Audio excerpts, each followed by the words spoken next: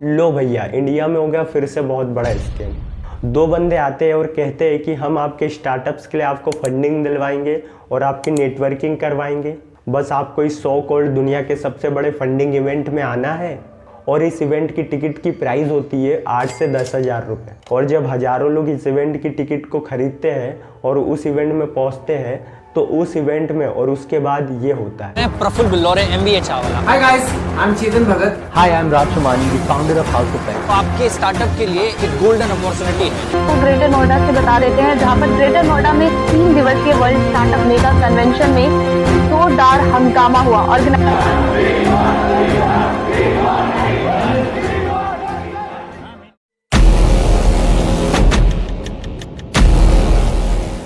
और ये है लूक तलवार और अर्जुन चौधरी, और इन्होंने इंडिया की नहीं बल्कि पूरे वर्ल्ड की एक बहुत बड़ी प्रॉब्लम को पकड़ा और उसके थ्रू स्कैम किया, और वो प्रॉब्लम थी फंडिंग। दरअसल इस समय पूरी दुनिया की इकॉनमी हिली हुई है और हम धीरे धीरे रिसेशन की तरफ बढ़ रहे हैं और कंपनियां दबा के अपने एम्प्लॉयज़ को नौकरी से निकाल रही है, जिसके कारण स्टार्टअप्स को फंडिंग नहीं मिल पा रही। अगर हम इंडिया की बात करें तो 2021 में जो स्टार्टअप्स को फंडिंग मिली थी वो थी $35 बिलियन की, लेकिन हम 2022 के नंबर्स देखें तो स्टार्टअप्स को मिली फंडिंग थी $24 बिलियन, मतलब 33% का डाउन।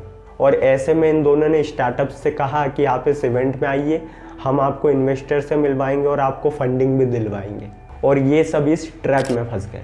इन्होंने इसमें कहा कि हम दुनिया का सबसे बड़ा स्टार्टअप फंडिंग इवेंट ऑर्गेनाइज्ड कर रहे हैं, जहां पर 1500 से ज़्यादा इंस्टीट्यूशनल इन्वेस्टर्स, 9000 एंजल इन्वेस्टर आने वाले हैं जो आपको दबा के फंडिंग देंगे। और इतना ही नहीं, इसमें आने वाले हैं 75,000 से ज़्यादा स्टार्टअप्स, जिसके साथ आपको नेटवर्किंग करने का मौका मिलेगा। इस पूरे स्कीम की शुरुआत होती है आज से 8-9 महीने पहले, जहां पर लूक तलवार और अर्जुन चौधरी ने को फंडर्स नाम से एक कंपनी शुरू की, और इन्होंने इसमें बहुत बड़े स्टार्टअप इवेंट कहना ठीक नहीं होगा, इन्होंने बहुत बड़े स्कैम की तैयारी की, जिसका नाम इन्होंने रखा वर्ल्ड स्टार्टअप कन्वेंशन, और इसकी प्रमोशन अक्टूबर 2022 में ही शुरू हो गई थी। स्टार्टिंग में इन्होंने ये दिखाया कि इस इवेंट को अटेंड करने के लिए हमारे देश के प्राइम मिनिस्टर श्री नरेंद्र मोदी जी भी आने वाले एज अ चीफ गेस्ट, और साथ में कई बड़े इन्वेस्टर भी आने वाले, जिसके एसेट अंडर मैनेजमेंट लगभग 50 लाख करोड़ के हैं। बाद में इन्होंने इस प्राइम मिनिस्टर वाले कॉन्सेप्ट को हटा दिया और स्पीकर्स की लिस्ट को ही चेंज कर दिया, और अब इस लिस्ट में थे ताबड़तोड़ बिजनेसमैन एलोन मस्क सर, जो इस इवेंट में आके स्पीच भी देंगे और इन्वेस्ट भी करें, और साथ में सुंदर पिचाई सर, दुबई के क्राउन प्रिंस शेख हमदान, और हद तो तब हो गई जब इन्होंने इसमें पूरे बैंक को इन्वॉल्व कर लिया। सॉफ्ट बैंक के CEO मासायोशी सन, ये जापान की एक बहुत बड़ी बैंक है, और जब इतने हाई प्रोफाइल और बड़े लोगों का नाम यूज़ करके किसी इवेंट को ऑर्गेनाइज कराया जाता है तो उस इवेंट की टिकट को बेचना कोई बड़ी बात नहीं होता। इस इवेंट को सोशल मीडिया प्लेटफॉर्म जैसे ट्विटर, फेसबुक और इंस्टाग्राम पर दबा के एड चलाई गई कि सबको पता चल जाए कि ये कितना बड़ा कांड करने वाले हैं। और मैं भी बिजनेस से रिलेटेड कंटेंट बनाता हूँ, तो मुझे भी इनकी एड दिखी, तो मैं तो पहले हैरान हो गया कि एलोन मस्क सर इंडिया आने वाले हैं। लेकिन फिर सोचा कि यार, जिस बंदे की कार को तुमने इंडिया में आने नहीं दिया, वो बंदा इंडिया में आके काहे के लिए इन्वेस्ट करेगा, वो पागल थोड़ा ही ना है। और जब मैं इनके इंस्टाग्राम की प्रोफाइल पे गया तो मैंने देखा कि इनके कमेंट सेक्शन डिसेबल थे, मतलब बंद थे, कि लोग एक दूसरे से बातें ना कर पाए और इनसे कोई क्वेश्चन ना पूछ पाए। तो मुझे थोड़ा लोचा लगा और मैं उस एड से बाहर आ गया। और उस टाइम इस इवेंट की प्राइस थी 15,000 रुपये, लेकिन बाद में इन्होंने इसे कम करके 8 से 10,000 रुपये कर दिया था। देखो, जो इनका इवेंट जनवरी में होने वाला था, इसको इन्होंने बदल के मार्च में कर दिया और इवेंट की जगह को भी चेंज कर दिया। अब बहुत सारे लोगों ने इनकी टिकट्स तो खरीद ही ली थी, लेकिन मेरे जैसे कई शाणे लोगों ने इनकी टिकट नहीं खरीदी। भाई, सोचने वाली बात है कि इतने बड़े लोग जब इंडिया में आने वाले हैं और हमारे देश का मेन स्ट्रीम मीडिया इसको कवर ना करे, ऐसा हो ही नहीं सकता। क्योंकि भैया, एलोन मस्क वो बंदा है जिसके एक ट्वीट से पूरा क्रिप्टो मार्केट हिल जाता है, और जिसकी एक पोस्ट से न्यूज़ चैनल को अपनी न्यूज़ के लिए ट्रेंडिंग मसाला मिल जाता है, और वो सब इस इवेंट को कवर ना करे, मतलब कुछ ना कुछ तो गड़बड़ जरूर है। तो बाद में इन दोनों ऑर्गेनाइजर्स को लगा कि यार, हमने औकात से बड़ी वाली चीज़ कर दी है, इसको थोड़ा कम करते हैं। तो इन्होंने लिस्ट को फिर से चेंज किया, और इस तीसरी लिस्ट में थे नितिन गडकरी जी, जो हमारे road transport and highway minister है, और साथ में उत्तराखंड के सीएम पुष्कर सिंह धामी और बहुत सारे फाउंडर्स आने वाले हैं, ऐसा इन्होंने कहा। और लोगों को बहुत ज़्यादा भरोसा दिलाने के लिए इन्होंने नितिन गडकरी जी के साथ अपनी जो पुरानी फ़ोटोज़ थी उसको अपने कम्युनिटी पे पोस्ट कर दिया, लाइक ट्विटर, इंस्टाग्राम पे। इसमें इन्होंने लिखा कि इस इवेंट की प्लानिंग के बारे में हमने नितिन गडकरी जी से बात की, इन्होंने हमको इसको लेकर अप्रिशिएट भी किया। उसके बाद लोगों को लगा कि यार ये जो ऑर्गेनाइजर्स है ये बड़े पावरफुल लोग हैं और इनके बड़े बड़े लोगों के साथ कॉन्टैक्ट्स है और इनका उठना बैठना है, तो ये तो इन लोगों को इवेंट में ला ही लेंगे। इन्होंने एक फेक स्पॉन्सर की लिस्ट को भी अपनी वेबसाइट पर दिखाया, जैसे पेटीएम, ओयो, MBA चाय वाला जैसे ब्रांड्स के लोगोस को लगाया, जिसकी वजह से छोटे मोटे ब्रांड्स ने भी इस इवेंट पे आने के लिए दिलचस्पी दिखाई। इनसे इन्होंने लाखों रुपए लिए कि 75,000 स्टार्टअप्स आने वाले इस इवेंट में, तो आपकी अच्छी खासी प्रमोशन हो जाएगी। और इन्होंने कई क्रिएटर्स के साथ कोलैबोरेशन किया, जैसे अंकुर वारिकू सर, MBA चाय वाला के प्रफुल्ल बिल्लोरे, चेतन भगत और राज शमानी जैसे एंटरप्रेन्योरशिप की ऑडियंस रखने वाले लोगों से। इसमें इन्होंने बताया कि स्टार्टअप्स के लिए एक बड़ी अपॉर्चुनिटी है फंडिंग के लिए, जिसके बाद लोगों को पूरा यकीन हो गया कि ये इवेंट सही में वर्ल्ड क्लास लेवल का है। इन्होंने दावा किया कि इस इवेंट को अटेंड करने के लिए 1 लाख लोगों ने एप्लीकेशन भर दिए हैं।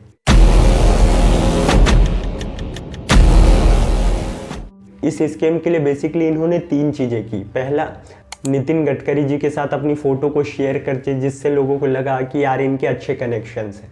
और दूसरा, ब्रांड्स के लोगोस को अपनी वेबसाइट पे लगाकर लोगों को विश्वास दिलाया कि इवेंट को स्पॉन्सर करने वाले अच्छे स्टार्टअप्स हैं।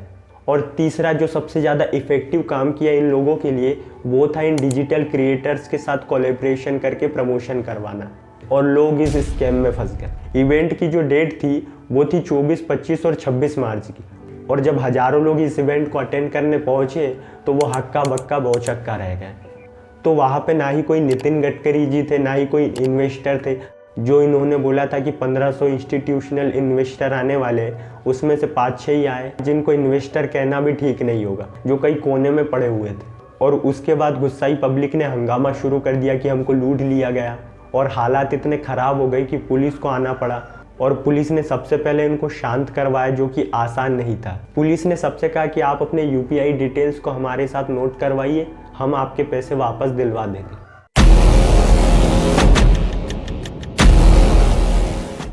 लेकिन यहाँ पे ये क्वेश्चन आता है कि इस इवेंट में सबसे ज़्यादा नुकसान किसका हुआ? तो इस इवेंट में सबसे ज़्यादा नुकसान हुआ उन स्टार्टअप्स का जो फंडिंग की उम्मीद से आए थे, उन कॉलेज स्टूडेंट्स का जिन्होंने इस इवेंट की टिकट को खरीदने के लिए अपने मम्मी पापा से पैसे मांगे थे। इसमें आए एक स्टार्टअप ब्रामरेव के फाउंडर वैभव अनंत ने कहा कि इस इवेंट में आने के लिए इनके 50 लाख रुपए खर्च हो गए, जिसमें इनका 10 लाख रुपए स्टॉल बनाने में और 40 लाख रुपए मर्चेंडाइज डिजाइनिंग में खर्च हो गए।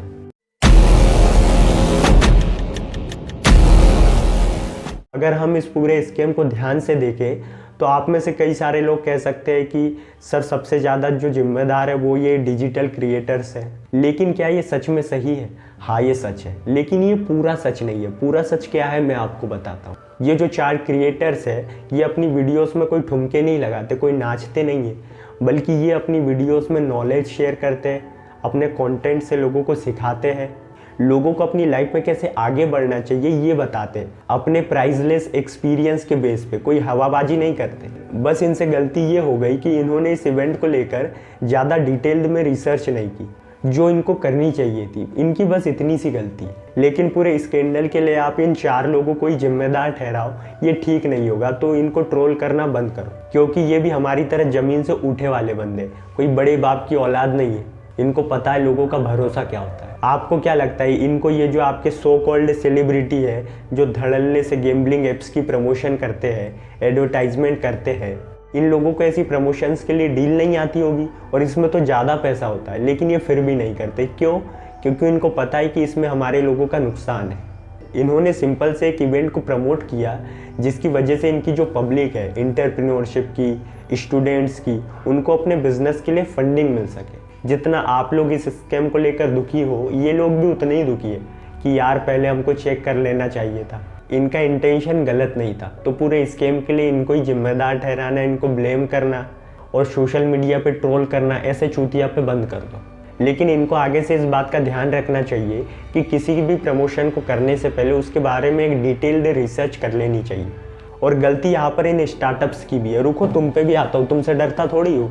जो सच है वो सच है। इनके पास एक आइडिया होता है और शार्क टैंक जैसे शो से इन्फ्लुएंस होकर फंडिंग की चकाचौंध में फंस कर रह जाते हैं कि हमें भी फंडिंग मिल जाएगी और 1-2 सालों में ही हमारी कंपनी यूनिकॉर्न बन जाएगी। लेकिन ऐसा नहीं होता भाई। पहले आपको बिजनेस को अच्छे से खड़ा करना होता है, उसके बाद बड़ा करना होता है। यहाँ पे बिजनेस ठीक से स्टेबल नहीं हुआ और फंडिंग के लिए पहुंच जाते हो। As a business content creator मैंने एक ही बात सीखी है कि पहले अपने स्टार्टअप को अपने खुद के पैसों से, अपने दम पर और मेहनत से एक लेवल ऑफ पोजीशन पे लेकर आओ। उसके बाद अगर आपको लगता है कि नहीं यार, अब बिजनेस को नेक्स्ट लेवल पे ले जाना है, उसे स्केल करना है, तो फिर फंडिंग उठाओ। तो उस फंडिंग के कोई मायने भी होंगे। नहीं तो फंडिंग के नाम पर कि न्यूज़ चैनल में हमारे बारे में आर्टिकल्स आएंगे कि हमको इतनी फंडिंग मिल गई, इतने बड़े इन्वेस्टर ने देखी, और इन्वेस्टर्स के पैसों पे इंटरनेशनल ट्रिप करना चाहते हो, तो इसमें भाई आप ही का लॉस है। यार आप जीरोधा से सीखो ना, क्या कमाल के बंदे हो। नितिन और Nikhil Kamat sir bootstrap company है जहाँ इंडिया में आज बड़े बड़े स्टार्टअप्स करोड़ों की फंडिंग लेके नुकसान लेके बैठे हैं। वहाँ पे ये दोनों बंदे 2000 करोड़ का खाली नेट प्रॉफिट बना रहे हैं। नेट प्रॉफिट भाई, क्या लगता है आपको क्यों कर पा रहे हैं? क्योंकि इनके फंडामेंटल स्ट्रॉन्ग है। इनको पता है कि बिना फंडिंग के भी बिजनेस को कैसे आगे बढ़ाया जाता है। जब आप आपके बिजनेस को खुद के पैसों पर घिसते हो ना, फंडामेंटल के साथ, तब आपका बिजनेस सही में ग्रो होता है और फिर आपको ऐसे फंडिंग वाले इवेंट जैसे चोचलों की जरूरत नहीं पड़ती। तो आई होप आपने इस वीडियो से कुछ ना कुछ सीखा होगा। तो चलिए मिलते हैं नेक्स्ट वीडियो में। और मुझे अपना छोटा भाई समझ के मेरी एक बात को ध्यान में रखना कि किसी पे भी अंधा विश्वास मत करो, चाहे वो फिर आपका फेवरेट क्रिएटर क्यों ना हो। और ऐसे स्कैम से अपने आप को सेफ रखो। और लाइफ में अगर बिजनेस करना चाहते हो तो फंडिंग के लिए ज़्यादा सोचो मत। जितना पैसा है उतने से ही शुरू करो और आगे बढ़ो।